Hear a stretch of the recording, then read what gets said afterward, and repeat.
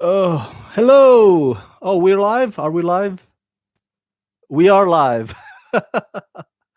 Sorry about that, everybody. There was a little bit of a glitch. Let me just take this off. Can't hear myself with two earpiece. Sorry about that. There was a little bit of a glitch. For some reason, YouTube had a bit of a hiccup. I actually already pressed YouTube Live. Oh, excuse me. 2 minutes ago, but it was like going like this and this and this. It's like one of those moments when you try to go from one windows to the next on your computer, but the computer kept like loading and loading and loading and thinking, but it's never really getting there because it just froze on you. That's what happened. So I restarted the YouTube live and we are here. Good, good, good, good. All right, how's it going, everybody? Welcome to YouTube Live. Let me just make sure I tell everybody that I am now live, so everybody can chime in. I am now live at youtube.com/Rama Screen One. There you go, and publish. I hope that does the trick. Let's see here. Let's see. Maybe if I go to the other Facebook page, make sure I got it on Twitter. Did I post that correctly? My goodness, after so many years, you would think that I would get this right by now. But still, there you go. I am now live at youtube.com/Rama Screen One. And let me post this also on my Reddit so people can chime in. Boop, boop, boop. No, take that part out. Take that part out. Wait, put that part back in. And voila. Whew. All right, everybody. How's it going? Welcome to Rockin' at Rama Screen Live, the episode on October 21st, 2018. Happy Sunday, and congratulations to the Los Angeles Dodgers. That's right. Hey, the Dodgers is going to the World Series. How awesome is that, man? Now, gotta be honest with you, I'm not a huge baseball fan. I'm more of a basketball, soccer kind of guy. Huge Lakers fan, especially during the Kobe era. Now Lakers kind of suck a little bit. Soccer, of course, Arsenal FC. That's what I grew up watching when I was in Indonesia as a kid. So England's Premiership League is my favorite. Baseball, not until I came to America that I finally like get to actually know a bit more about baseball. In Indonesia, when I was growing up in Asia, mm, the limit of my knowledge of baseball probably just extended to, I don't know, the movie Bad News Bears or any of the Kevin Costner movies. But after I came to America, I made friends here who are fans of baseball, and they took me to the games of the Angels, Anaheim Angels. I think they call themselves California Angels of Anaheim now. I don't know. I can't keep up with the name changes. And then my other friend took me to the Dodgers, and then my other friend took me to the game uh, Padres. Right, that's San Diego, right? San Diego Padres. I was in San Diego at that moment, and he took me there, and we sat near this section where we had this. I kid you not, all you can eat hot dog. It was amazing. Um, I guess I think I enjoyed the hot dogs, the free hot dogs. Well, because he paid for it, he paid for the ticket. Um, it was a big group of us. I think I enjoyed the hot dogs more than I did the game. The game was like, yeah, yeah, woohoo, woohoo. But still, coming back to my point, it's still something worth celebrating. Because I having lived in Southern California for the past 20 years now, LA right there, right? Not too far from where I live in San Gabriel Valley. So I go there every day to cover press junket to cover interviews, red carpets. So LA is in me, man. I got love for LA. Got a soft spot for LA. So any team that has something to do with LA will always have my love and support, even though they might have their down season or they might suck a little bit. Remember like Rams last season. But still, hey, where are you from? LA? All right, man. I got your back. I got you. I got you. No worries. So Dodgers, thank you for representing us, and I hope you beat. Wait, what are you guys? Who are you guys playing again in the World Series? Red Sox, right? Was it Red? Yeah, Red Sox. Okay. Hope you guys beat them, man. Hope you guys beat them, because it'll be pretty cool to have the World Series championship back to Los Angeles. That'd be pretty awesome. Los Angeles, you are an imperfect city, but I love you anyway. All right. Welcome everybody to this episode of Rockin' It with Rama Screen Live. Before we get to the live chat, well, let me just say hi to the live chat. Oh, Robert, of course. Robert, what's up, Robert? Sounds like Dolby Atmos and like you're in 4K, Rama. Hey, yeah, it's a sharp one, right? It's a sharp image. That's right. Congrats to our awesome Dodgers. Oh, I don't have my Polar Pop today. I kid you not. I did not have time to get my Polar Pop today. I apologize, Robert. I was doing the AIDS walk in Los Angeles, and I got so tired when I came back home. I just fell asleep. I watched a bit of the Politicon on live stream on YouTube, and then I fell asleep until now. I woke up, so I didn't get to have time to go to the nearest convenience store. Just water for now. But thank you for drinking Polar Pop on my behalf, Robert. You're awesome. And yes, Dodgers, way to go, baby. Way to go. Congrats. Let's get to our first topic. By the way, before we get to our first topic, real quick, Rama Screen is at GoFundMe. So if you want to donate and support to help this channel, you can do so at gofundme.com/Ramascreen. That's gofundme.com/Ramascreen. Or you can contribute monthly to help support Rama Screen channel at Patreon. That's patreon.com/Ramascreen. That's patreon.com/Ramascreen. And Ramascreen will be, hopefully, if all goes well, will be available for you to download from iTunes. That's right. Rama Screen will be on audio for you to download on iTunes starting next month. So I'm in the process of converting many of the reviews and interviews and this weekly show into audio format. And so if you are into that kind of stuff, if you want, some people's like, hey, Rama, I don't really watch YouTube, but I like to listen to the audio when I'm driving to work or when I'm driving back to work or when I'm on my bus or when I'm Ubering. That's fine. If you are into that kind of stuff, that stuff will be available for you. All right, Rama Screen will be available on iTunes starting next month. So, all right, so that's a little bit of epic news for you guys. Speaking of news, let's get to the first topic. The first topic is Luke Cage. Holy crap. What happened to you, Luke Cage? Damn. The hero of Harlem, the bulletproof hero of Harlem, got shot down. Finally. Damn, such a shame. I'm sure you've heard about this. Friday, about 2 days ago, Luke Cage series, the one that Marvel Television and Netflix gives us, has been canceled. Luke Cage has been canceled after only 2 seasons. Damn, that is so young. That is so early. After only 2 seasons and after 1 week since the news of Iron Fist getting canceled. So last Friday we heard Iron Fist got canceled, and this Friday we heard Luke Cage got canceled. Damn, such a shame, man. Now, both news came out on Friday. You know what that means, right? Friday is usually the day when the industry, not just entertainment, but generally media, all right, they would use Friday as the day that to break their bad news, because that is usually when people are about to go out for the weekend.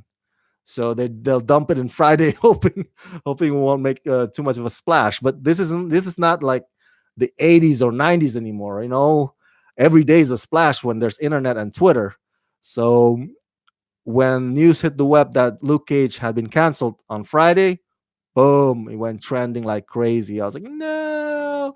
I saw some of the tweets that like, why Marvel, you know, why Netflix, why Marvel Television, and some of the tweets are like, it's not fair that Luke Cage and Iron Fist got canceled, but Jessica Jones is still around. Now, I have to kind of mildly agree with that because if you've seen Jessica Jones season 2, man, I did not like Jessica Jones season 2 as much as I did the first season. The first season was fantastic, with Kilgrave, David Tennant as the enemy, as the villain. Oh, and that superpower that he has, where he would control people and to do whatever he wills them to do. Damn, Kilgrave is a great villain. Season 2 with the, by the way, of course, as you know, Rockin' It with Rama Screen Live, this weekly show always contains spoilers. So here it is, spoiler. Season 2 has this super powered mom, Jessica Jones' mom, and I don't know, it just feels weird, her going up against her own mother. Um, I don't know. I did not enjoy that as much as when she went up against Kilgrave. I wasn't feeling it, man. Mm. So when people say like, how come Iron Fist and Luke Cage got canceled, but Jessica Jones did not get axed? I'm with them. I'm totally with them. My question or my sentiment the same. Um, Now my question to you is: does Luke Cage deserve to get axed? Does Luke Cage deserve to be canceled? Um, Now, having seen well, the first season and the second season, I like the first season better. I like the villain Cottonmouth, played by Mahershala Ali. Before he became an Oscar winner and a big movie star now. Um, but I hated the fact that the halfway through, Maria Stokes killed him off. And then it's just like, what is going on? I want Cottonmouth to be the big bad villain. And similar thing happened in second season, even though from the get-go it was already clear that that Maria Stokes will be the villain throughout season 2. But there's also this pretty formidable foe called bush bushwhacker bushmaster. I'm trying not to hit those urban dictionary meanings or slangs that I think it's bushmaster. Okay. He was pretty cool. Is this Jamaican cat, that kind of gave Luke Cage a run for his money. And it was very, very physical too, very, very hardcore and very strong. And his fight with Luke Cage is pretty worth watching. But then again, halfway through, it's not that he got killed off, but it was like he was not the main enemy of Luke Cage anymore. It's just like it's back to Maria Stokes again. I don't know. Now number two,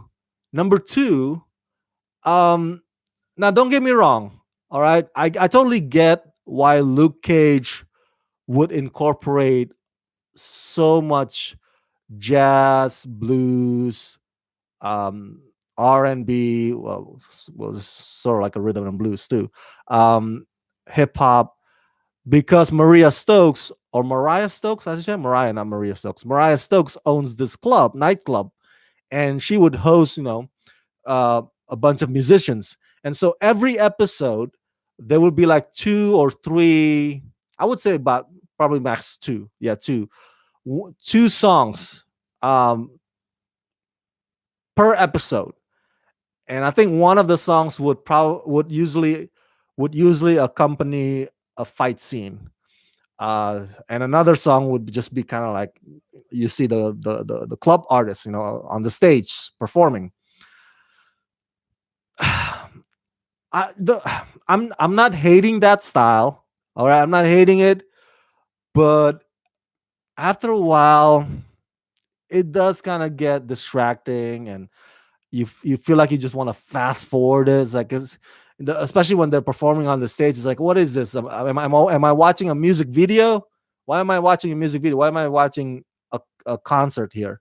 I'm supposed to be watching Luke Cage, and that's the same style that they also incorporated in Black Lightning. I like Black Lightning. I'm a huge fan of Black Lightning series, but they use the same style. Um, Not necessarily the concert performing on stage part, but they would use, I don't know, Al Green songs, or some classic jazz, or some classic uh, folk rhythm and blues, whatever, to accompany the fight scenes in Black Lightning. And sometimes it works, sometimes it doesn't. Just like in Luke Cage, sometimes it works. Sometimes I just want to. Sometimes I just wish that they would have a regular score accompaniment for those fight scenes instead of an actual, you know, Nat King Cole or something like that. Instead of a Nat King Cole kind of music. So, so that's the part that I think, at least to me, I don't know if it turns other people off. But to me, it turns kind of me off a little bit. Um, there were some of the songs, some of the music, some of the jazz that I like. Okay, this is some great tunes. I like it, and I'll be like checking up the soundtrack right on Spotify, or I'll be like looking it up on Google. You know, it's like, okay, what is that music that they played on Luke Cage episode 6? You know, but there'll be other times where I'm like, oh, come on, why do we have to pause for this concert stuff, man? For this performance on the stage, can we get back to the story at hand, please? Um, so those are probably my two beefs with regards to Luke Cage. The fact that the villains are not up to expectation, if you will, and the distraction that comes with the some of the soundtrack featured in the film.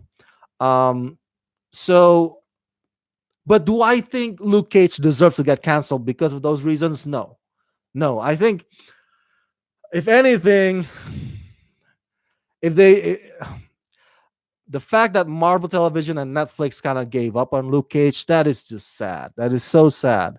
They should have, if they want, just like Iron Fist. When Iron Fist got canceled, I totally get it. A lot of people complain about how weak the storyline is, and I did not like how slow the season 2 was. It was so slow. It bored me to death. Um, but I think it could have been fixed. All right, whatever flaws that they I'm talking about Marvel Television and Netflix, whatever flaws that they perceive Iron Fist and Luke Cage to have, I those flaws can be fixed, I think, with just probably newer writing team, or newer showrunner, get hire new showrunner. Um, I saw some improvement between season 2 of Iron Fist compared to season 1, because season 1, the showrunner was Scott Buck, who also ended up being a showrunner of Inhumans. And you remember how terrible Inhumans was. Man, that piece of garbage. Um, to just give up on Luke Cage like that, that is just so depressing, man. Now, um, the reports I read online indicated that showrunner for Luke Cage, what's his name?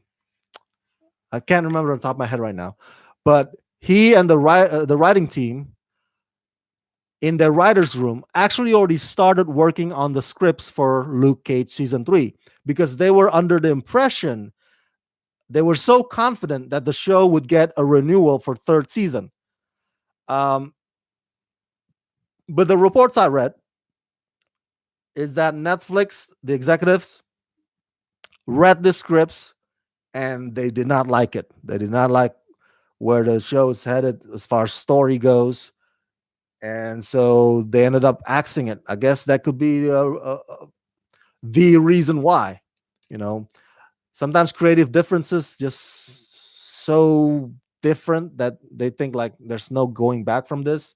Let's just end it all. At least probably that's why their reasoning is. Mm. Still though, if you don't like the scripts, then hire a new showrunner, hire a new writing team. Um, I don't know. I just feel bad. Now, before I end this topic, I tweeted the other day. I was like, oh man, I feel bad for the cast and the crew of Luke Cage, and the actor who plays Luke Cage, Mike Coulter. He's a fantastic actor. I hope he gets other equally great gigs out there. I'm just saying, giving you my my heartfelt sympathy for everybody involved with the show. Now that they've been canceled, that means they are unemployed. That's what happens. Unless some of the people who work on Luke Cage also worked on Daredevil or on Jessica Jones, then that means they're still going to be employed.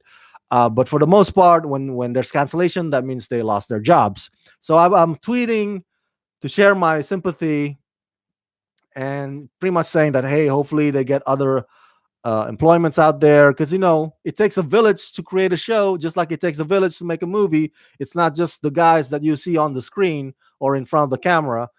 There's also the guys that the assistant DP, the people running the cameras, the people getting the coffee for the people running the cameras. So now they don't have a job.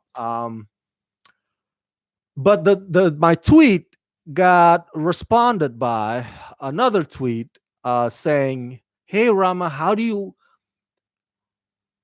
Basically, what she's saying, I'm paraphrasing here. She's saying, I don't want to name names, but she's saying, "Hey Rama, how are you absolutely sure that the show is done?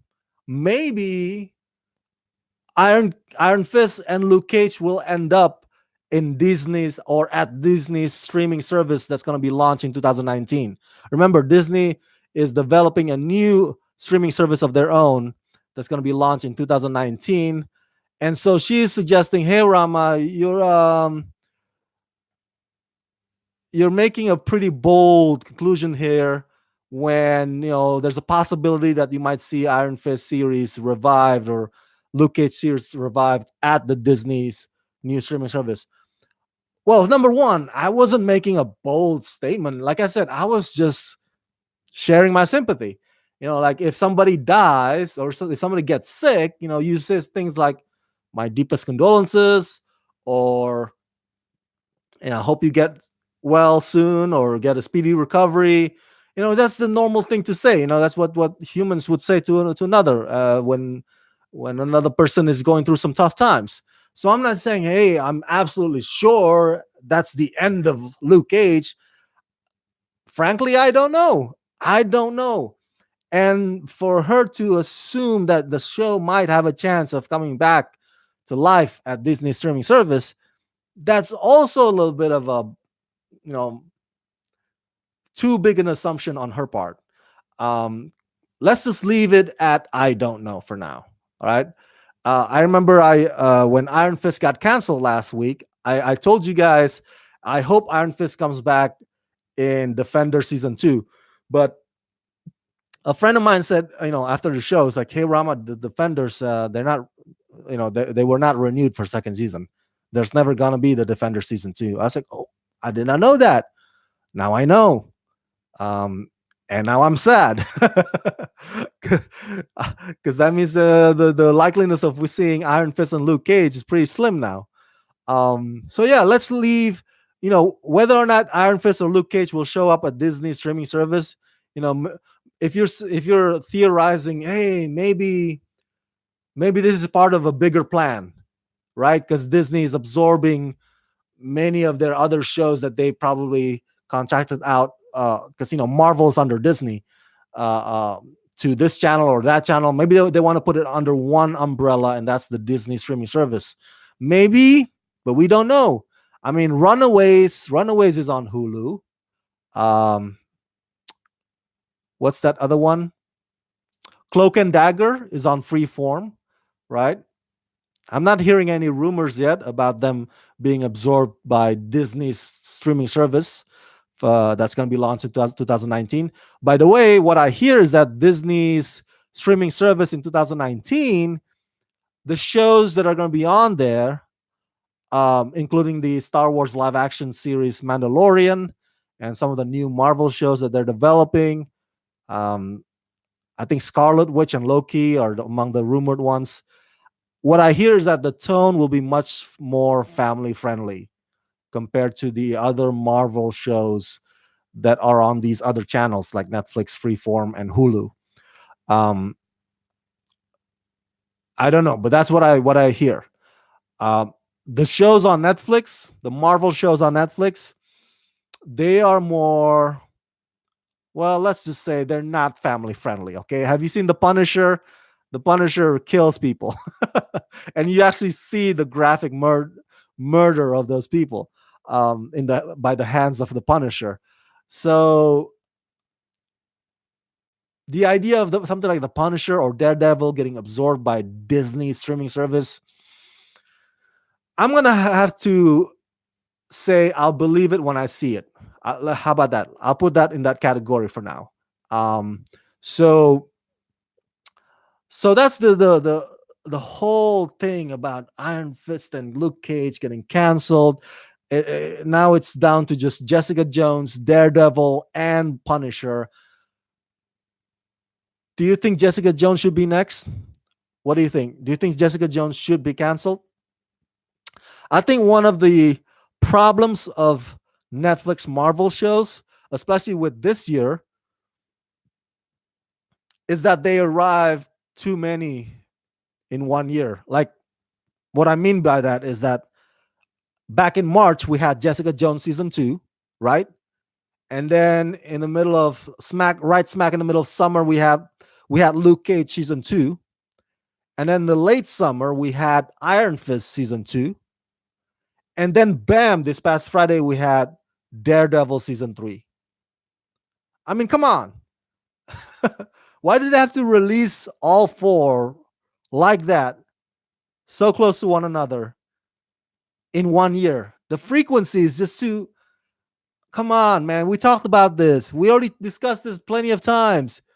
You can't have it happen too often like that. Just that's why the Star Wars movie every year, every 6 months, there's a Star Wars movie. That's just it's too insane, man. As much as I love Star Wars, I don't want Star Wars to arrive so frequently, so often. You gotta build up the anticipation. You gotta make the fans kind of like, oh my god, I can't believe we have to wait another 2 years, but it's okay. It's gonna be worth the wait. You can't make it so that we feel like, it's no big deal. There's gonna be another one next week anyway. No, that reduces the love, man. That reduces the fandom. So I think that's one of the, if you want to kind of sort of um, outline a blame for maybe the lack of enthusiasm. Let's put it that way. The lack of enthusiasm for these Netflix Marvel shows is that they come at you too frequently. So I don't mind that it's 13 episodes. Um, Iron Fist only had 10 episodes. Luke Cage, I think, only had 10. I don't mind. I don't mind at all. Some people say like, hey, 13 is too long. Oh yeah, 23 is too long. Just like the seasons on major networks. So that, to me, that's not a problem. But having four come out in one year like this, I don't know, man. Um, so what do you think? What do you think? Do you think that Luke Cage deserves its cancellation? What do you think is what do you think is the problem with Netflix Marvel shows, and what do you think could be the possible or potential solution to those problems? And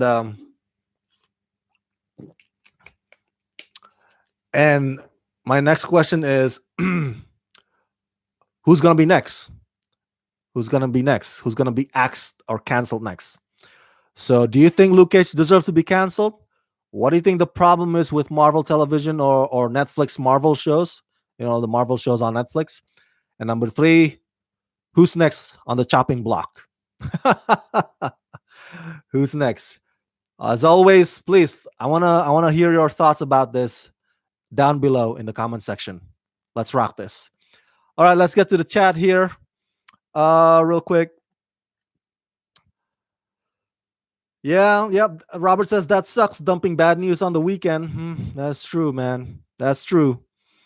Kind of like circles in your head, like you want to enjoy the weekend, but in your head it's like, oh, poor Luke Cage, poor Mike Coulter. Feel bad for them. Um, Robert says they call it creative differences. That sounds familiar. Creative differences is the oldest reason in the book.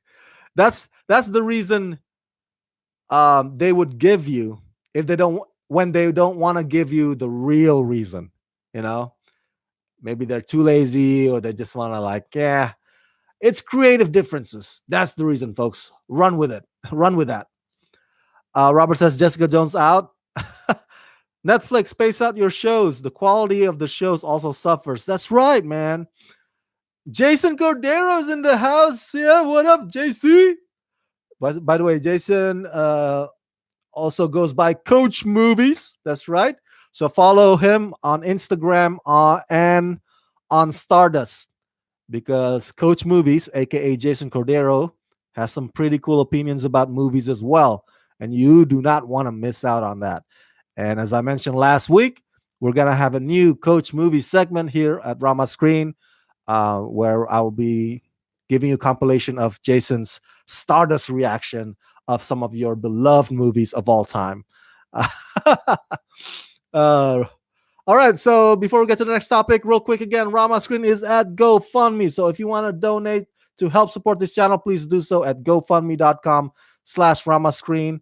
Or if you want to contribute monthly, you can do so at Patreon at patreon.com/Rama Screen. That's patreon.com/Rama Screen. All right, let's go to the next topic here. This is going to be a pretty brief one, mainly because I'm not too big or too crazy on the show, meaning I don't watch it religiously. And of course, I'm talking about Orange is the New Black.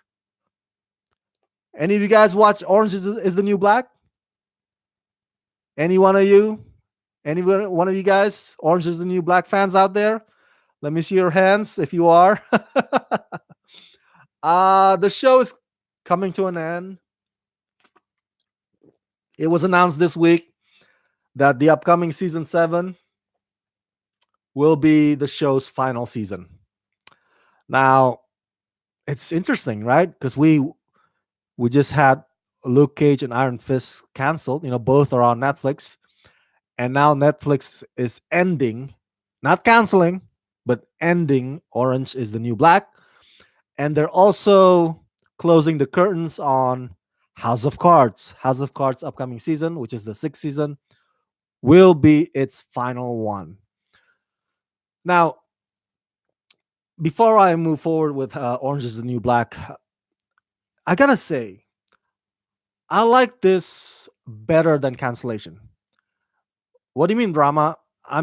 What I mean by that is that I like it better when a show, instead of getting canceled, they, sh- you know, it'd be better off if they just announce, hey, uh, the next season of Luke Cage will be its final one, you know, or they could say, sorry, we're not gonna renew Luke Cage for a third season, but we're gonna have a Luke Cage TV movie to end it all, to close the curtains with it.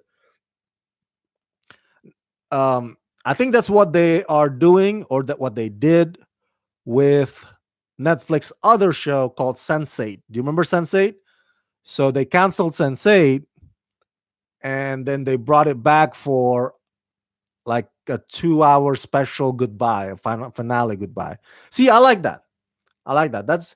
I like that better than cancellation, because then whatever cliffhanger is at the end of Luke Cage season 2 or at the end of Iron Fist, 2 could could be resolved. So the fans won't be left hanging. You know what I'm saying? So if only they had gone that direction, the Orange is the New Black direction or House of Cards direction. If only they had gone with that one for Luke Cage and Iron Fist. Unfortunately, they did not. So anyway, the creator of Orange is the New Black, Genji Kohan, who also created one of my other favorite series, Weeds. Oh yeah, with Mary Louis Parker as the hot weed dealer. God damn, she was so sexy in that show. So Genji Kohan created Weeds, and then she created Orange is the New Black. And Genji released the statement after severed. I'm sorry, severed. After 7 seasons, it's time to be released from prison. I will miss all the badass ladies of Litchfield and the incredible crew we have worked with. My heart is orange, but fade to black. Ah, I see what you did there, Genji. Fade to black. Good one. Good one. Um, Now, of course, as you those of you who watch this show religiously would know what it's about. It's basically about the character Piper Chapman, who is sentenced to I don't know how many years. Anyway, behind bars for I believe the crime was for transporting drug money. And so the show is set in this prison. And I remember there was a prison drama that I liked back in the 90s called Oz. Do you remember Oz? Oh my God, dude. If you haven't seen Oz, you got to check out Oz. Oz is so brutal, so, I don't know, greedy. And they really, they, they really want to show prison for how fucked up prison is in Oz. It was just so. And that was the first time I noticed J.K. Simmons. Now, Orange is the New Black. Here's what's interesting. The first season, although I don't watch it religiously, I do watch a few episodes of it. I find it to be a comedy.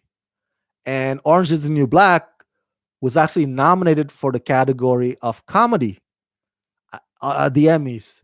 And then in the second or third year, in the subsequent years, for some reason, Orange is the New Black got put into drama category at the Emmys.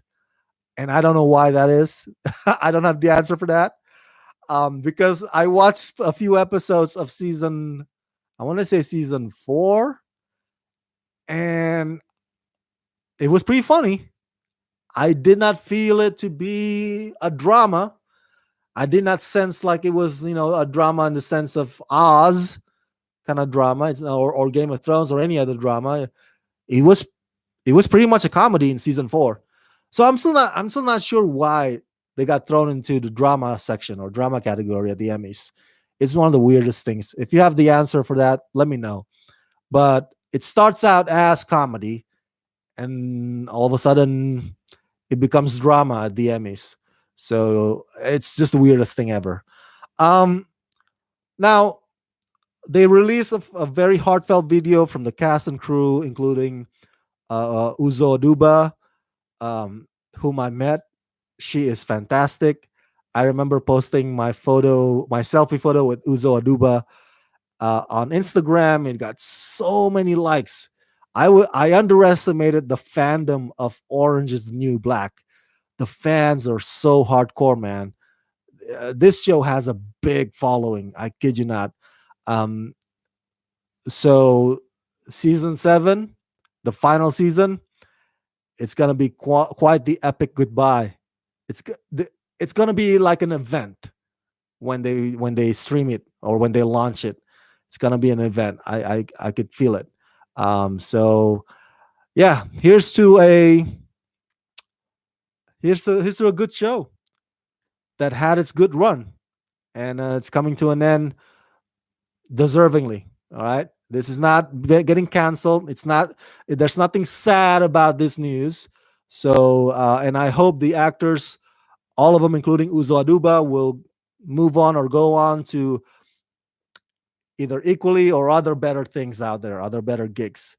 And Orange is the New Black will remain as one of the success stories or one of the successful shows that Netflix has ever given us. All right, what do you think? Are you sad about Netflix Orange is the New Black coming to an end? Or do you think 7 seasons are enough? 7 years are enough? This is the right time for the show to end? What do you think? Let me know your thoughts about this in the comment section below. Let's rock this. All right, let's get to the chat here real quick. Robert says, "Damn, Netflix is cleaning house. At least have a finale to tie it up." That's right. Mm. Jason said, "Weed is legal here in Canada." That's right. Jason lives in Canada. Damn you, Jason. I am so jealous. Jelly. I still don't get it. Why do you have to shorten it to jelly? I mean, just say jealous. Robert says, "I remember Oz." Jason says, "I remember Oz too." That's right. Robert says, "I'm a retired correctional officer. I used to work in Corona." Wow. Wow. And Jason's like, "Maximum security?" Robert says, "It's a multi-level facility." Wow. Much respect to you, Robert. Yeah. Um, I guess my question is, well, of course, Oz is probably an over dramatized, depiction, over dramatization depiction of prison life. But what do you think? Do you think Oz or Orange is the New Black kind of captured some of your experiences pretty accurately? I mean, if you watch those shows, did you go like, huh, that's not far different from what I experienced at work? So I don't know. What do you think, Robert? Mm. All I remember from Oz was that because I watched it when I was younger, I was like, oh my goodness, I was probably like junior high school, I think. Um, no, probably like early days of high school, maybe freshman or sophomore, and I was like, wow, yikes. I the series Oz kind of put me on the straight and narrow. It scared me so much. Like, man, after watching it every episode, every weekly episode, I'll be like, I do not want to end up in prison. I do not want to get. Um,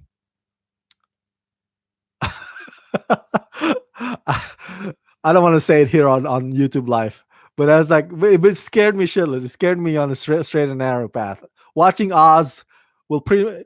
If you have, if you have a troubled nephew or troubled cousin or troubled kid that always gets into trouble and you know intentionally just whatever slashing tires, bullying people or snorting coke, and you kind of sense that the direction of their life might get them to prison one of these days. Show them the series Oz. Have them watch it, those episodes, and that's it, man. Once they see J.K. Simmons' character in that show, whoo, they'll be like, I do not want to go to prison. Screw this. I will be behaving now. Um, Robert says the female inmates in Orange don't look that good. Thanks for sharing, Robert. Now we know. Now we know. Now we know. Robert says it's a little dramatized. I'm sure. I'm sure. I believe you, brother. All right. We're making good time here. Let's get to the next topic. MTV is bringing back Real World. All right. Any of you guys fans of Real World? Do you actually know what Real World is? All right. The Real World is one of the most original, and I'm not talking about like, I'm not praising it by calling it original, but one of the early, at least to my recollection, reality series ever produced. It ran from 1992, I think, till 2013. Um, and he had a lot of seasons, man. I don't remember. I lost count how many seasons, but I remember there's like Real World LA, Real World New York, so all kinds of various places. Now, in a nutshell, Real World is a reality series um, in which they would cast, not cast, these are not actors, actual people. They would have 7 to 8 young adults, um, temporarily living in a city together in one residence, and they would be filmed nonstop. So it's like Big Brother. Now remember, this was before Mark Burnett uh, came up with all his gazillion reality shows, right? Like Survivor and Amazing Race. So way before there was this thing called Real World, and it was on MTV. And I had a friend back in high school. His name is Tom. I don't think he would mind me saying his name on live YouTube show here. And he was a huge hardcore fan of Real World. Like he would never miss a season. He would be like, Rama, come over to the house. Let's watch this new episode. And I was like, oh, I don't want to watch that. I'd rather watch Beavis and Butthead. Of all the shows that MTV produced, why gotta be Real World? I was not into Real World. To be honest with you, I never was into it. Um, Still not either. Or any of the shows like it, like Big Brother. Not interested. I was like, why? Why would you put yourself in that situation? You're just backstabbing each other, and you're talking bad behind each other's back, in one room, and then talking to the camera, and I don't know. I just It's so dumb. The concept is dumb. Um, but it is a popular show, and they are bringing it back. So let me read to you here. The long running reality series, The Real World, is getting 3 new seasons. And it's going to happen thanks to the partnership between MTV Studios and Facebook. So MTV is reviving The Real World not for MTV, but for Facebook Watch. Facebook Watch is pretty much Facebook's series platform, if you will, right? Because everybody now has, like, Amazon has Amazon Prime, and you get the idea. So Facebook has their own now. It's like, oh, we want to throw our hat in the ring. YouTube has YouTube Red. Facebook has Facebook Watch. Paramount has Paramount Network. Everybody's got something, right? Disney's got a streaming service launching next year. I can't keep up anymore. So uh, these 3 new seasons will be available exclusively on Facebook Watch. Um, and it says here, it will give you, the audience, the power to vote one housemate onto the show prior to its airing. So you even get to decide who will be on the show. Now that's new, right? That's new. Usually it's the producers, that pretty much give you these 7 to 8 or 7 or 8 young adults, and like, here you go, and I put them in one house in one city, and then let you watch them. But now you also get to pick who will be part of that group before the show starts, before the show airs. Um, it also says here that it will also give you the opportunities to interact with the cast online. Interesting. Uh, the, it doesn't say here on the press release whether interaction with the cast, meaning maybe just kind of like Ask Me Anything Reddit, or maybe live tweet kind of format, with using hashtag, and they would answer your question live during the show. I don't know. So we don't know yet the format of that. Um, but the first of the 3 new seasons will premiere in the spring of 2019. So that's next year. Uh, so what do you think? Are you really are you among, I don't want to belittle you if you are you part of the fans of The Real World? If you are you looking forward to this new series, this new season, if you will, and the new format where you get to choose the contestants and you get to interact with them live during the show on Facebook Watch? And do you like the fact that it's on Facebook Watch instead of on MTV? You know, maybe that is the reason why you can actually interact, because the platform is online, as opposed to television. Um, Before I move on to the next topic, I just want to say when Real World started in the 90s and became so popular, right? It was on MTV all those years. That's also when MTV started to slowly but surely, what's the word I'm looking for here? Devolving from its original intent. It's supposed to be MTV. It's supposed to be music television. The M is supposed to be for music. You know, video, video kill the radio star. It's supposed to be where we go to watch music video. But then slowly but surely, as you go to the late 90s with the TRL, uh, TRL also cutting music videos even before, like they would show the music video and then they would like chop it, like they would end it like halfway through. You don't get to watch the entire music video. And then with the dawn of internet killed the MTV video star. So now MTV is no longer about music. MTV is all about reality shows. Um, and that's sad. That's to me that's sad. Having grown up in the era of actual MTV, music television, to see it now not being a music television anymore, and they still call themselves MTV. I don't know. That's just oh, same thing again. I don't mean to go back to Iron Fist and Luke Cage all over again, but that's the sadness that I feel also. And what I mean is that it's sad to know that we're not gonna get another Iron Fist or another Luke Cage till God knows when, right? Maybe they'll revive it one of these years.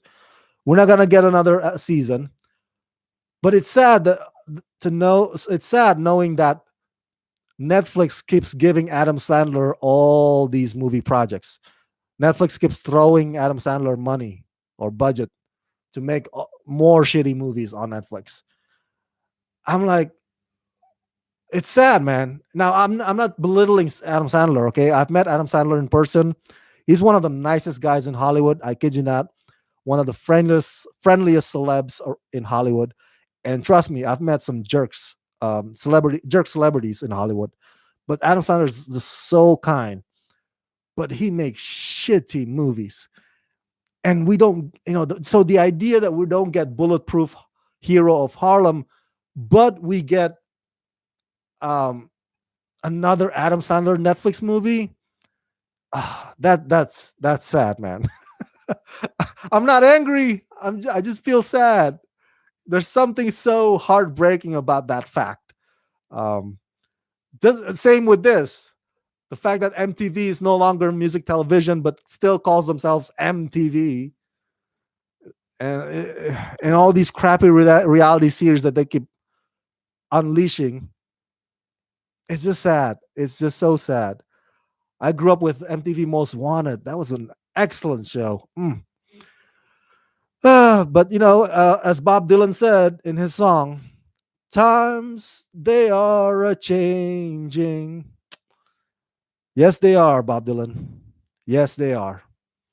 So, what do you think? Let me know your thoughts about this in the comment section below. Let's rock this. All right, let's get to the chat real quick here. Um,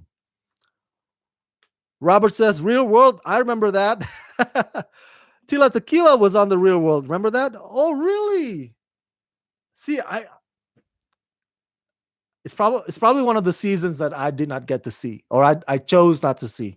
Robert, I know Tila Tequila. Everybody knows Tila Tequila. One of the earliest internet queen, right? Internet stars.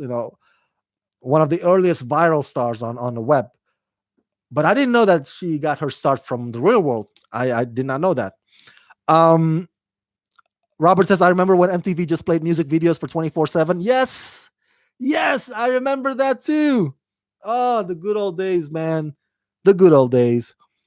Jason Cordero says, I learned about the Real World from the movie She's All That. Yes, She's All That. Oh, one of my favorite movies of all time. Well, hey, Jason, what is that song that was made famous in the movie She's All That? Oh, Kiss Me, right? Kiss Me. Da da da da da da da da da da da. Ah, I love that, especially that part when the actress Rachel Lee Cook walked down the staircase to meet Freddie Prince. You know, because Freddie Prince was waiting on her. Uh, oh man, that's a great scene. Ah, I gotta watch that movie again. I love She's All That. It's one of my favorite 90s. Is it 90s? Yeah, 90s rom coms and co-starring Paul Walker. Huh, Paul Walker. May he rest in peace. He played a jerk in that movie. So thank you, Jason Cordero, for that trip down memory lane. Ah, that was very lovely. JJ Jackson on MTV. Wait, was JJ Jackson one of the VJs on MTV? I don't remember. There's a lot of the VJs on MTV that I like, but I don't remember JJ Jackson was on it. Sorry, Robert. I as I grow older, I have this short term memory thing. My memory lapses as well. I'll try to Google it up later. But there's a lot of hosts over the years on MTV that I really enjoyed. Mm. All right, so let's get to the next topic here. Okay, I want to hear your thoughts about this. This is interesting, and I want to try to read to you guys what happened here this past week. You know that Fast and Furious spin-off movie Hobbs and Shaw, starring Dwayne Johnson and Jason Statham.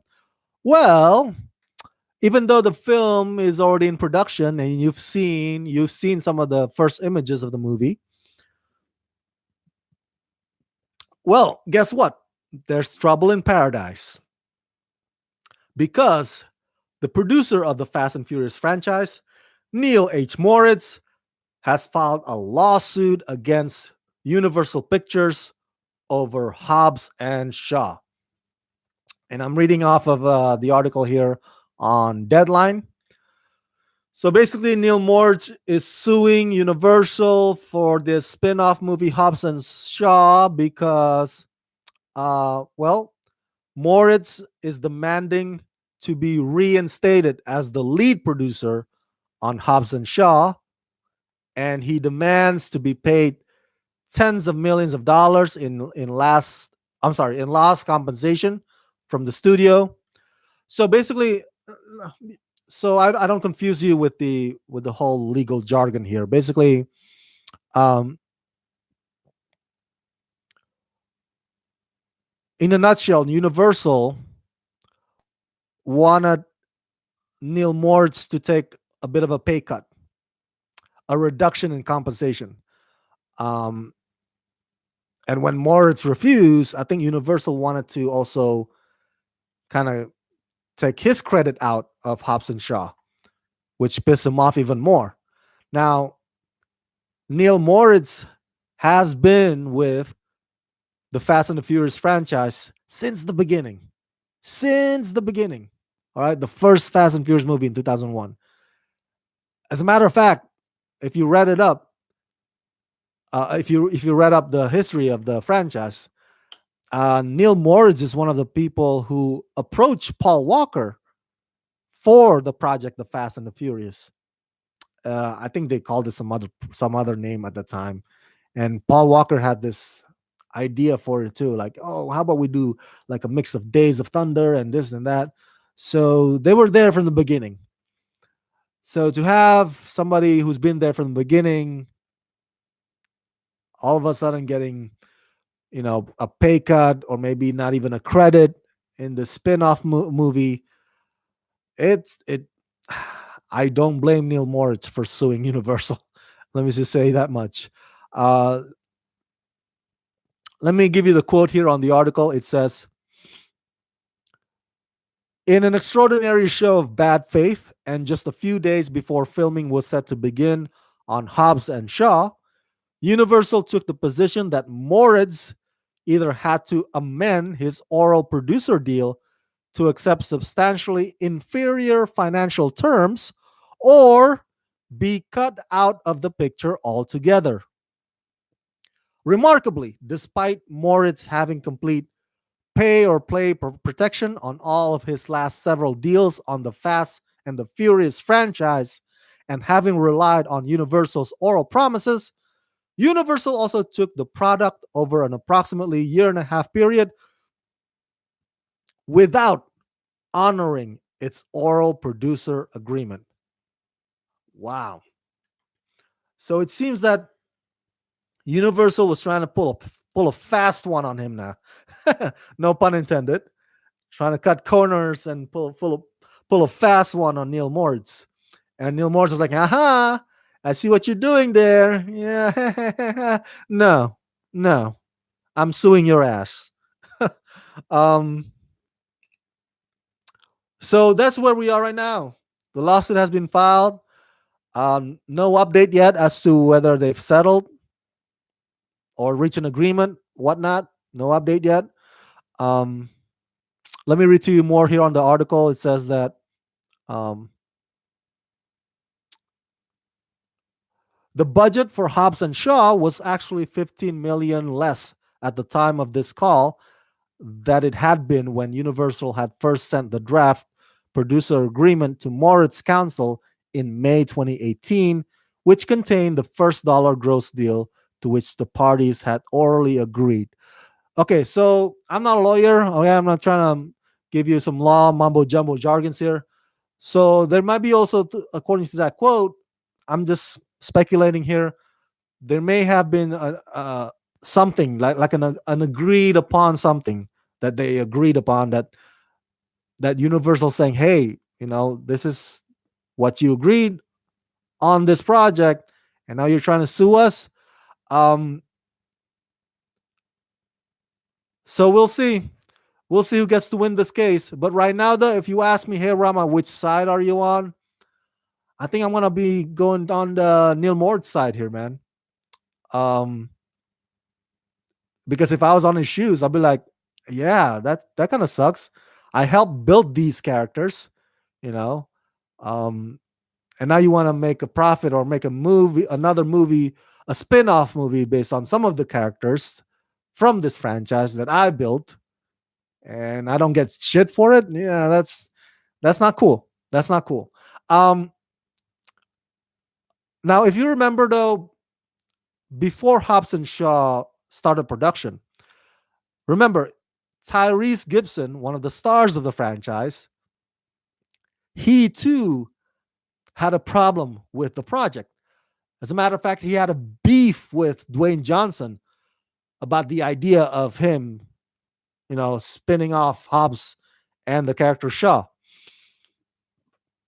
Now, if I remember, excuse me, Tyrese was upset because he felt that Fast and Furious should be one unit, should be like, like the theme in the movies, family, like, we ride together, we die together, some cheesy shit like that. So it's like, we're a family, man, we're a unit, you can't just do spin off on us like that. So that's basically what Tyler is arguing. He doesn't like the fact that um, I think he at one point Tyrese also said like, hey, this is how I feed my kids, this is my livelihood, and you're taking that chunk away from us, to go off and make your own Hobbs and Shaw movie. F you, Dwayne Johnson. That's basically what Tyrese has said. Um, some people at the time when that happened, some people say, oh, that's just publicity stunt. You know how Tyrese and Dwayne are actually friends, and they just want to, cause this commotion, like when Dwayne Johnson had a commotion with Vin Diesel on the set. It's all publicity, man, just so you can like, so you can pay money and get your ass into the theater seats and watch the movie. No, I think they really had a beef. And I think the thing with Dwayne Johnson and Vin Diesel, that was I think that was real too. It was not like, it was not a publicity stunt. And I think Tyrese really genuinely did not like the fact that Hobbs and Shaw exists, this movie. And now we have this lawsuit, which we don't have the update to yet. But if I were to pick a side, because I'm always anytime there's a like a law case or a courtroom case, when it's not so clear who's the bad guy or the good guy. Some cases are black and white, but most of the time I'll be like, okay, who's the little guy here? Who's the David here? Versus the Goliath. Who's the David? And I'll go root for that guy. I'll go root for David. I'll go root for the little guy. And just basing on this article alone, it seems that Neil Moritz is the one that's getting the bad end of the deal. So I feel for the guy, and hopefully he gets his what he deserves, man. Well, I mean, like, not in a bad way, but he gets paid what he deserves. That's what I mean. So yeah, it's gonna be interesting though. Who knows too? Maybe when Hobbs and Shaw is about to hit theaters and they're having their press promotion, because the actors have to do promotion, right? They have to do press junkets and do TV interviews. Maybe the questions will come up too. Maybe some of the press will ask about this at the press junket, and we'll see how they handle some of those questions. We'll see what their answers are when that time comes. All right. What do you think about this lawsuit against Universal Pictures over the Fast and Furious spin-off movie Hobbs and Shaw, starring Dwayne Johnson and Jason Statham? What do you think about this case? And are you excited about this spin-off? Or are you on the camp of like, oh my God, why is this franchise still running? This franchise just needs to die already. So which camp are you on? Which side on that spectrum? So share your thoughts in the comment section below. As always, I want to hear what you think of this particular topic. Let's rock this. All right, let's get to the chat here real quick. Um, Jason says, "Kiss me." Yes, right. That's the song from "She's All That." It's it sounds weird me saying it on live YouTube live right now. Of course, I don't want anybody to get close and kiss me right now. Okay, please. Robert says, "Wow, that's crazy about Hobbs and Shaw." That's right. It's $1 billion franchise. Don't be cheap, Universal. Robert says, "That's right. That's also right, dude." I mean, what else does Universal have as far as franchise goes? Right? They don't have their own superheroes. Um, that Dark Universe failed epically failed. So Fast and Furious is all they got basically. So come on now, Universal, you can definitely afford to pay Neil Moritz his dues. Um, Robert also says been a lot of drama with the Fast and Furious franchise spinoff. It's cursed. Tyrese and Universal need to stop. I got. I gotta be honest with you. A part of me kind of felt for Tyrese, but a part of me also say, "Come on, Tyrese, don't be such a whiny little bitch, okay? Don't be such a diva. I mean, you're a freaking millionaire. I like you're gonna be fine, okay? You're gonna be fine. If Dwayne Johnson does his spin-off of Hobbs and Shaw, you're gonna be fine. You can still sing your heart out and produce another album. And I see Tyrese. I've seen your photos on Instagram. You riding a private jet plane. You are gonna be fine, man. You're doing better than 99% of people in this country. Jeez. Robert. Oh yeah, Jurassic Park, Jurassic World franchise. There you go. That's also Universal Pictures. Thank you for reminding me of that, Robert. I appreciate it. All right, so next topic here, real quick. Woohoo! I love this. Why? Because I'm a big fan of the original movie. Have you seen John Carpenter's classic They Live? Oh my God! Starring the late great Roddy Piper. Woo! One of the fan favorite cult classics. One of my favorites of all time.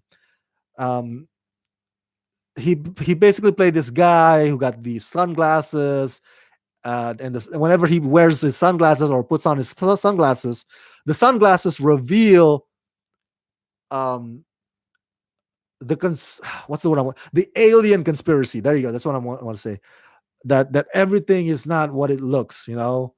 Um, the aliens just want us to just be tuned out, or just follow regular day work, like marry and reproduce, and like nothing.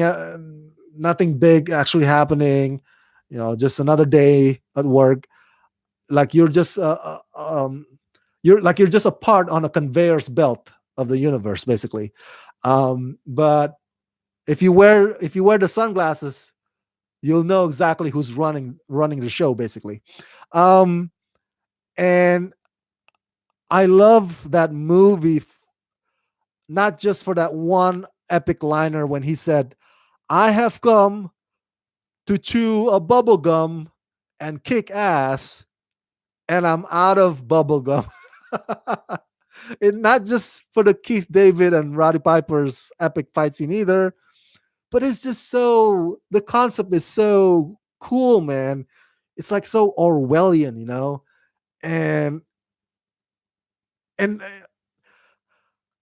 it was politically relevant back in the 80s when it came out, because it was during the Reagan era, and Reagan administration is when it all started, the whole transferring of the wealth from the middle class to the top 1%, you know, where the elite, the upper class echelon, saying like everything's okay, guys, even though everything's not okay, just go back to doing your shit, even though the quality of people's lives are getting less and less and as days go by and they become richer and richer. And so the news this past week was from the director of They Live, John Carpenter, who was interviewed because he's promoting his new Halloween movie, and he was talking to the website Den of Geek. Um, and John Carpenter revealed that there was supposed to be a remake of They Live. The remake was supposed to be developed by Matt Reeves. He's the guy who gave us those Planet of the Apes reboots, and he's also developing the new Batman movie. Um, and John Carpenter said to Den of Geek, this remake was supposed to be called Resistance, but it didn't happen. Ultimately, the project never happened, and Matt Reeves moved on. And John Carpenter went on to say, "Well, um, the sequel, we'll see, we'll see."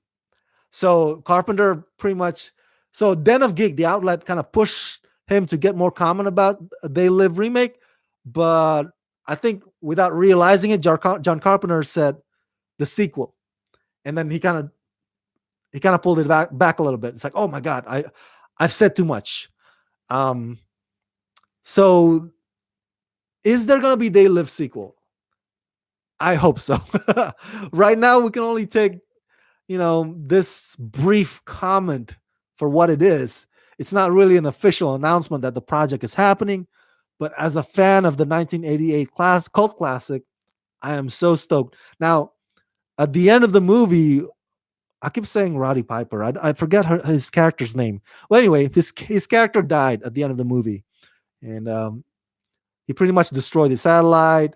And there was yeah. So the people, the aliens, disguised as people, their disguises became known. Their covers were blown by the end of the movie. So would I want to know what happens next? I I hope that if the sequel happens, that the story will pick up right after the first or the end of the first movie left off. Right there. That would be pretty cool. Um, would I prefer a reboot than a sequel? Yeah, I don't mind a reboot either. Especially with today's social media and technology, it would be interesting to see how they play that off. Maybe instead of sunglasses, it could be virtual reality, VR. Maybe, I don't know. Who knows? Maybe it's like Pokemon Go, where you put your phone in front of you and trying to, so on the screen of the phone it reveals that the alien world, or it reveals who's the alien people actually are. Maybe that's one way that it could be done. Who knows? Um, but I'm just stoked as a fan of They Live. This brief news that the sequel is possible. All right, it just brings warmth to my heart, man. and and I hope that they would cast. an actor worthy of filling the shoes of the late great Roddy Piper. Hopefully. So that's it. What do you think? Were you a fan of They Live? Have you always been a fan of They Live as well, just like me? Um, do you like the idea of They Live remake, or do you prefer They Live sequel? And who do you think should play, or who do you think should be the lead star this time around, if they ever reboot or sequelize They Live? Share your thoughts in the comment section below. As always, let's rock this. Um, Robert says, They Live still holds up. That's right. Oh, such an awesome movie, man. And I've watched it too frequently too. Like whenever it's on TV or whenever I'm bored, I would just watch it online. It's still it's still an entertaining film to this day, despite it being set in the 80s. And I think it's relevant too today with all the tax cuts and also the transferring of the wealth from the middle class to the rich that's going on right now under Trump administration. Hello, you cannot pick a better time to have another Day Live movie than now, really. Um, oh, you got the Shout Factory Blu-ray version of the movie? That is fantastic. That is a great collection. All right, the second to last topic here, you guys. Lex Luthor is coming to Supergirl season 4. Woo woo. All right. Lex Luthor, Superman's eternal nemesis, is coming to Supergirl season 4. Although there's no word yet on who will they cast in this iconic role. Um, but according to the article on Deadline, producers Robert Revner and Jessica Queller shared this statement about what you, the fans, can anticipate from Lex Luthor's arrival on Supergirl. And let me read to you the quote here. We are beyond excited to introduce iconic villain Lex Luthor to Supergirl to weave him into our story this season. We've talked about having Lex on the show since its inception, and we are excited to have him finally arrive. We can't wait to we can't wait for him to shake things up in National City and watch him go toe to toe with not only Supergirl, but his sister, Lena Luthor. Okay, now, as I mentioned to you in the previous show, this season, not only will we get Lex Luthor, but we're also getting Lois Lane. Actress Elizabeth Tulloch is playing Lois Lane. And Tyler Hoechlin is coming back as Clark Kent, aka Superman. Now, as I understand it, Lois Lane and Superman will only appear in the big crossover event, Elseworlds. Um, I think Lex Luthor will be part of the show Supergirl, so not just the crossover um, segment. By the way, the crossover segment happens in December, so you go check it out. It will include The Flash, Arrow, and Supergirl. Unfortunately, DC Legends of Tomorrow and Black Lightning will be sitting this one out this year. But remember, Batwoman is coming as well to the crossover. Now, real quick, before we get to the final topic, Lex Luthor is one of my favorite characters in the DC universe. One of my favorite villains ever. Um, a lot of people can argue probably Joker is slightly better. That's fine. But I like Luthor because he's all human, but he's one of those masterminds. Kind of like Kingpin. We talked about Kingpin in Daredevil. He reminds me a lot of Lex Luthor, basically. Um, but Lex Luthor also has this thing called War Suit, like a high tech battle suit that he wears whenever he wants to fight. I don't know, maybe Superman or Doomsday. He would wear this suit on, and it's like, boom, uh, I'm I'm worthy now of fighting Superman. Because Lex Luthor with himself doesn't have superpowers. Um, yeah, so he's very manipulative, very devious, very. He can think one steps. He can think 100 steps ahead of you. So that's the kind of guy Lex Luthor is. Um, if you ask me who are my favorite on-screen Lex Luthors, if I were to rank them, I would say that probably my favorite Lex Luthor, either TV or big screen, is actor Michael Rosenbaum. Michael Rosenbaum plays Lex Luthor in all those years in Smallville.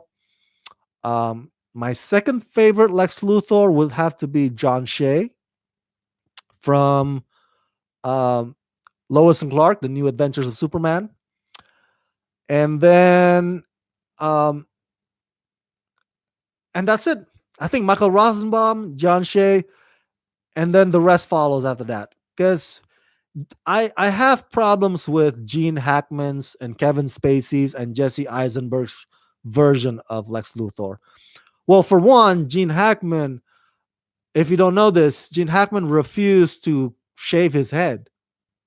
Like freaking Lex Luthor had well, not full, but receding hairline, but he had hair in Superman the movie, and that's just, and then Gene Hackman's depiction of Lex Luthor, and it's maybe on the script too, maybe the script's fault.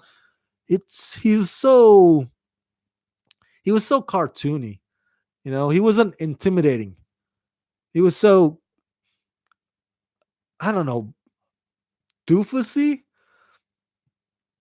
I don't like that. Lex Luthor's supposed to exude this presence. That Gene. Unfortunately, Gene Hackman approached it in terms of comedy for some reason. I never liked that. Even though Superman the movie and Christopher Reeve remain my favorite, but I don't. I never liked Gene Hackman's depiction of Lex Luthor. Kevin Spacey's Lex Luthor.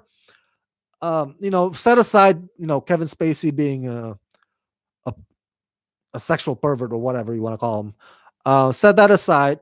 But his depiction of Lex Luthor in Superman Returns, again, the same reason that I always give when I'm talking about Superman Returns. It's not Brandon Routh's fault. All right, it's not Kevin Spacey's fault. Is that the script is so uneventful? The story of Superman Returns, no excitement in that movie. So, um, and last but not least, Jesse Eisenberg's version of that was just the most problematic, man. What the hell is that? Is not Lex Luthor. Now, I gotta hand it to you. When I first saw Batman versus Superman: Dawn of Justice, at first I thought, okay, maybe I can work with this version of Lex Luthor that kind of like Mark Zuckerberg, kind of like the Social Network. But then again, there are some parts of Jesse Eisenberg's performance that kind of tries too hard to mimic the Joker. I was like, when he was talking to Amy Adams, Lois Lane, he was trying to intimidate her. That one scene, I was like, why is he behaving like the Joker here? It's so weird. It's so weird. I, so I think Michael Rosenbaum, the one who plays Lex Luthor in Smallville, he got it down pat just right. He nailed it, and it would be nice if Supergirl producers um, recast Michael Rosenbaum in that role for this season. I know they're not going to do that, but it would be nice. I'm just saying you can't pick a better actor because he nailed it, man. He was Lex Luthor. So, all right, last topic here, final topic. Mm. Ralph Breaks the Internet. Wreck-It Ralph 2 movie. Ralph Breaks the Internet, the upcoming sequel, is not allowed to mock Kylo Ren. What? What? Are you serious, Rama? Yes, yes. And I'm reading here off of Sci-Fi article, I believe. Yeah. So now, as you all know, the upcoming sequel, Wreck-It Ralph sequel, Ralph Breaks the Internet, will feature all of Disney princesses, right? And if you've seen the trailer, they pretty much they poke fun at the Disney princesses. Um, just like they poke fun at all the other video game characters featured in the film. just like they did in the first movie too. So that's how Wreck-It Ralph franchise do their thing. They poke fun, they do satires. So it doesn't come from a place of mean. It comes from a place of, hey, let's laugh together, that kind of stuff. So uh, the director or co-director Rich Moore, in an interview with IGN, said this, and I quote: "At one point, we had a joke about Kylo Ren being kind of a spoiled child. We went to Lucasfilm and said, 'Here's what we're doing,' and then they said, 'Well, we'd prefer that you don't show him as a spoiled child. He is our villain, and we would prefer that you don't do that.' So we were, and so the director Rich Moore says, so we end up respecting that request. So we end up not featuring Kylo Ren in the movie, um, because Lucasfilm says, hey, Kylo Ren now is the de facto leader of the First Order since the end of the Star Wars The Last Jedi. So we want to have him again for episode 9. We want people to see him as a big bad villain.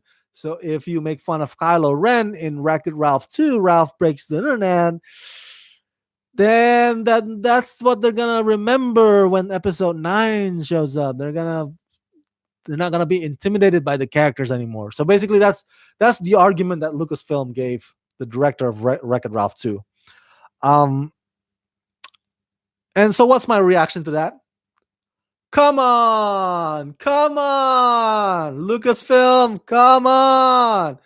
It's just a joke. It's just a humor. It's just a poke fun. Come on, you can't take a joke. Ah, and newsflash. A lot of us, the fans, a lot of us Star Wars fans already thought about that.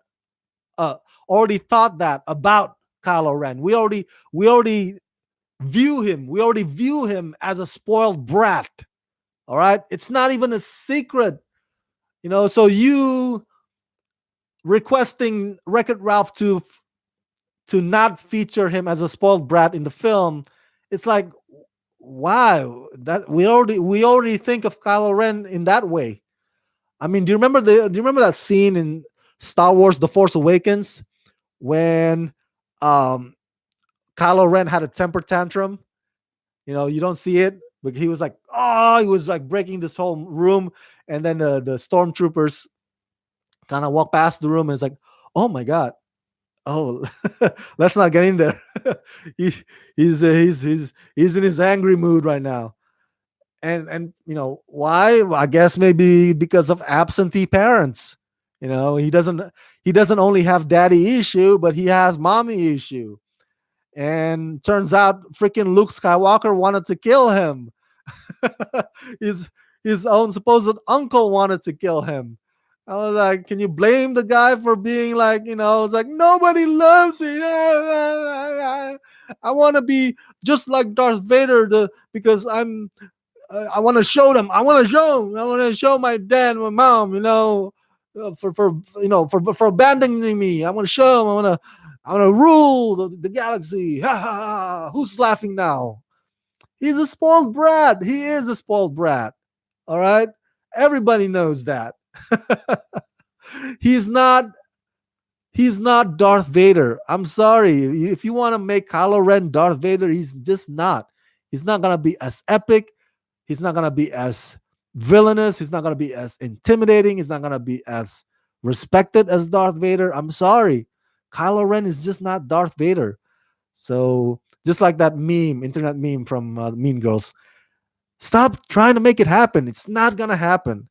Um, so come on, Lucasfilm, have some sense of humor. Let let Ralph Breaks the Internet make fun of Kylo Ren, because we already make fun of him anyway. We the fans already make fun of him. Too late. Hello, McFly. Hello. Oh man. I mean, too many uptight people. I mean, My friend the other day called me Drama Rama or Rama Lama Ding Dong.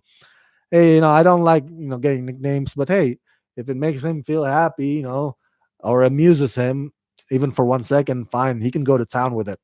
Um, as long as the name doesn't stick. Um, but yeah, my point is that you gotta have a thick skin, brother. Otherwise, yeah, you're just gonna end up being grumpy and bitter. Nobody's gonna like you. And come on, Lucasfilm, we're already making fun of Kylo Ren. There's nothing new here. Let Ralph Breaks the Internet mock Kylo Ren too. So those are my thoughts about this. What do you guys think? Let me know your thoughts. Do you think Ralph Breaks the Internet should be allowed to mock Kylo Ren? And what do you think of Kylo Ren? Do you think he's a powerful villain, or do you think he's just a spoiled brat? Let me know. Share your thoughts in the comment section below, as always. And that's it.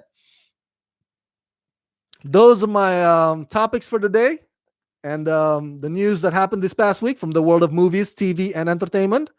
Thanks again for tuning in, everybody. And as always, friendly reminder, Rama Screen is at GoFundMe. So if you want to help support this channel, you can do so at gofundme.com/Rama Screen. Or if you want to support monthly, um, you can do so at patreon.com/Rama Screen. That's patreon.com/Rama Screen. And Rama Screen will be available on audio for you to download on iTunes starting next month. How awesome is that? Rama Screen will be on audio. This will be my reviews, right? My reviews, my interviews, both the red carpets and the press junkets, and this weekly show. So, yeah, they'll be available for you on iTunes. Hey, Robert says Adam Driver was on Saturday Night Live making fun of Kylo anyway. Right? See, even Adam Driver makes fun of his own character, Kylo Ren. Come on, Lucasfilm. Come on. You're making yourself look like an ass for not wanting to let Kylo Ren be made fun of like that, man. It's like that time where, like, oh no, no, I'm a triggered snowflake. You can't make fun of my character. My character's my character, okay? I was like, dude, what the hell? Jeez, Kylo Ren is a spoiled brat. There, I said it.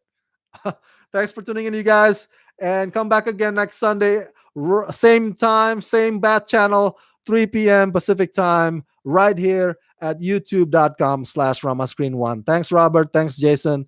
Let's rock this.